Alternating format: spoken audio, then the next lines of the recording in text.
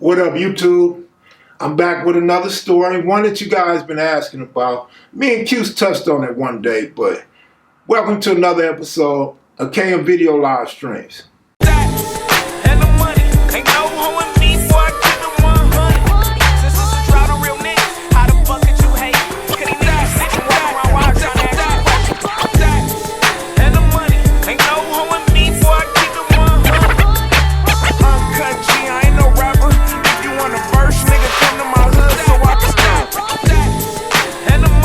Was it.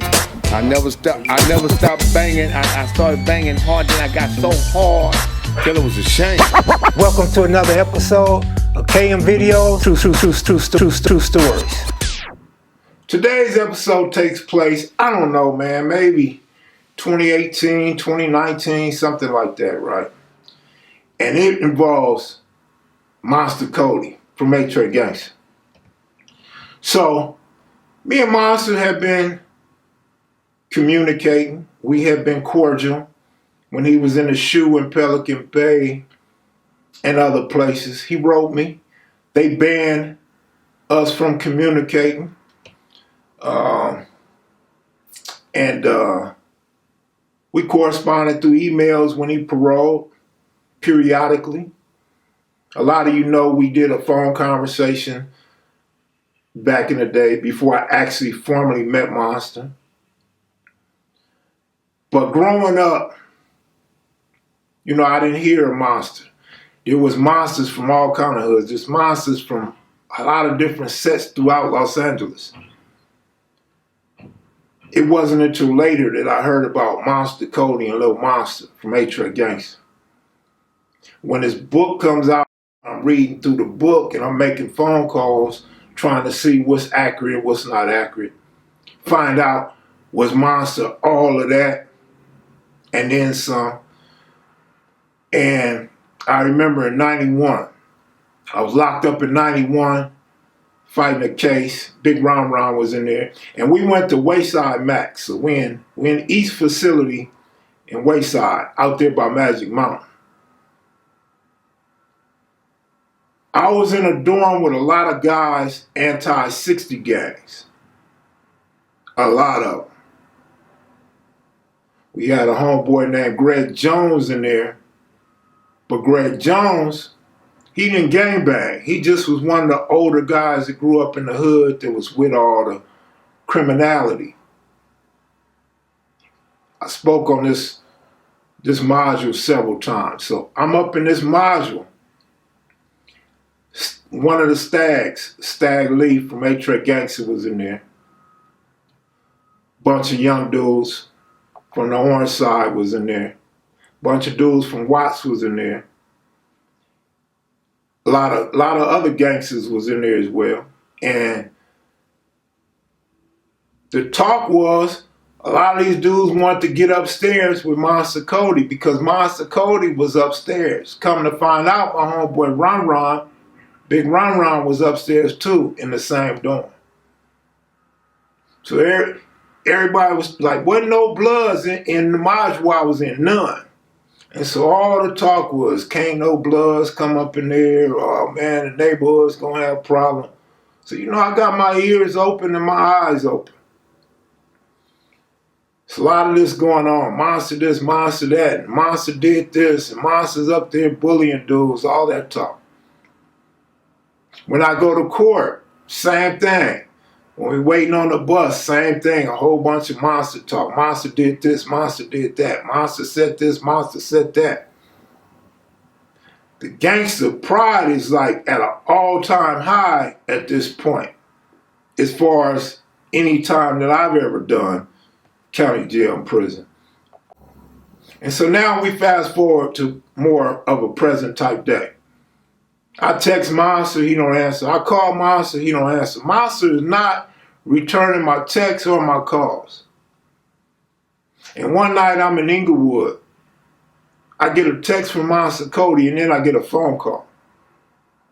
Monster's ready to do the interview. Monster wants to sit down with me and get this interview out the way. He say he was a man of his word, and this is something he's been wanting to do, and he's been watching my channel closely, and he likes the history that we bring, and he wanted to be a part of it.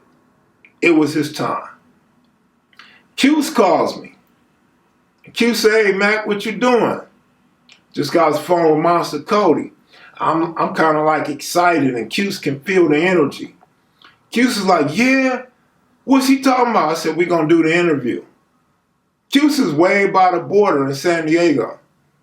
And Q said, "Oh, fuck, when y'all gonna do it?" I said, "First thing in the morning." I don't have a car at this time. During this time, I have no car, no transportation. So I'm an Uber or I'm gonna catch a ride from somebody.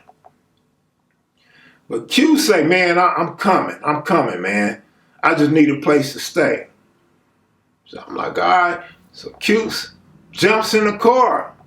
Q's had a Camry at the time. And Q jumps in the car. Q comes over, and in the morning, we shoot out to the valley to interview Monster Kody.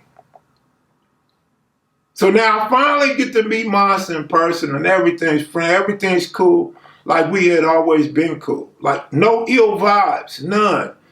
No ill vibes, but I'm peeping him just to see the type of guy he is, his demeanor and all that. Because I heard so much about Monster, like we all have. Monster got 6 blunts already rolled up and ready to go with some bomb-ass weed. And Monster just wants to smoke weed so he could get in the moment. Take another. He should take Because it you might out. bust open with. Say nice Hey, things you seen about that Northern Crip dude that got that billionaire? Monster's reminiscing with Cutes about his brother and lifting weights and Tookie and all that. So Monster's getting himself pumped up for this interview. getting them synapses fire. Now they ready. Now you ready to get on the racetrack. You ready to smoke some. Now we get going. S-Mac shows up, Rockhead shows up, and we having this great conversation about a lot of reputable Crips, dudes that dropped out, dudes that stayed solid, dudes that joined BGF, and dudes that didn't, or may have been rumored to have, but really hadn't. So it's a lot of speculation and conversation and holes being filled in. In the midst of this interview, Monster Kody says he shot the homie, one of our most solid individuals out that first generation. Monster's talking about he done had these shootouts with Pretty Boy that came way later. Monster's talking about how back in the day when the 60s and 80s got along, they would go looking for Inglewood families. They would party with the homies. He talked about having a shotgun with some dirty shells or something in there with the homeboy Mumpy. He's talking to all this hardcore, murderous type of conversation. I done killed like 15 people for the hood. I done been in jail all my life. Monster done went at it with some of our G niggas. Monster done grew up with some of our top dudes in the hood, particularly in the front. We out there all day. Now Monster Kody's starving. He's hungry. Monster Kody say he need to eat. S-Mac treats us all out to eat. S-Mac takes us to eat. Monster's loving it. Monster's fresh out of prison. He went to New York and came back to LA. He still got them prison vibes going on. He ain't really had no real good food. He's happy. He's excited. He's very thankful. Well-mannered. Enjoying himself. But now it's time for us to go home. Monster Kody wants to go holler at his girl. They had an Airbnb. He wants to get some money from her. And he wants to take the money to Oceanside. So we go and we spending time with him, hollering at her. And Cuse is like, man, if this motherfucker don't hurry up, I'm leaving Monster. I don't want to do Little Monster like that. Cuse calls him Little Monster. I don't want to leave Little Monster like that. But I need to get back home. I got a long drive. I'm like, do what you gotta do, Cuse, but just give him a couple more minutes. All right, Kev, I'm gonna give you 5 more minutes. So we wait. And Q said, well, it's been 5 minutes. And here comes Monster. And Q's, man, where you been, Monster? What are you doing, man? Come on, get in the car. Let's go. Monster wants to get in the back seat. I want to get in the back seat. So here we go, like two little kids. It's a serious debate. It's a serious back and forth. You get in the back. You get in the back. Man, make the fuck out the way. Man, listen. This dude just talked about shooting my homies, going to war with my homies, going to war with the Inglewood families. I remember the reputation and the stuff going on in Wayside back in the day. I read his book. Man, I don't want this fool sitting behind me. This is Monster Kody. He from A-Track Gangster. Monster is not going for it. Monster got his hands in his sweat pockets. Man, I don't know what this fool got in his pockets. And Q's is just looking at him like we fools. And Q say, y'all cut it out. Y'all cut it. Q's talking like an uncle. Or like he babysitting. Y'all cut it out. Come on, let's go. So out of respect for Q's, I'm ready to go to him. And I know Q was already ready to leave Monster. So I say, fuck it. You go on and get in the back.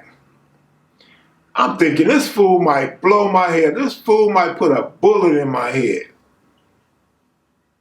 It's too late now. We in the car. The first thing he talks about is shootings.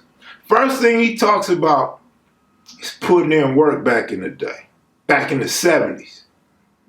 I'm like, fuck. Is this the precursor to my death?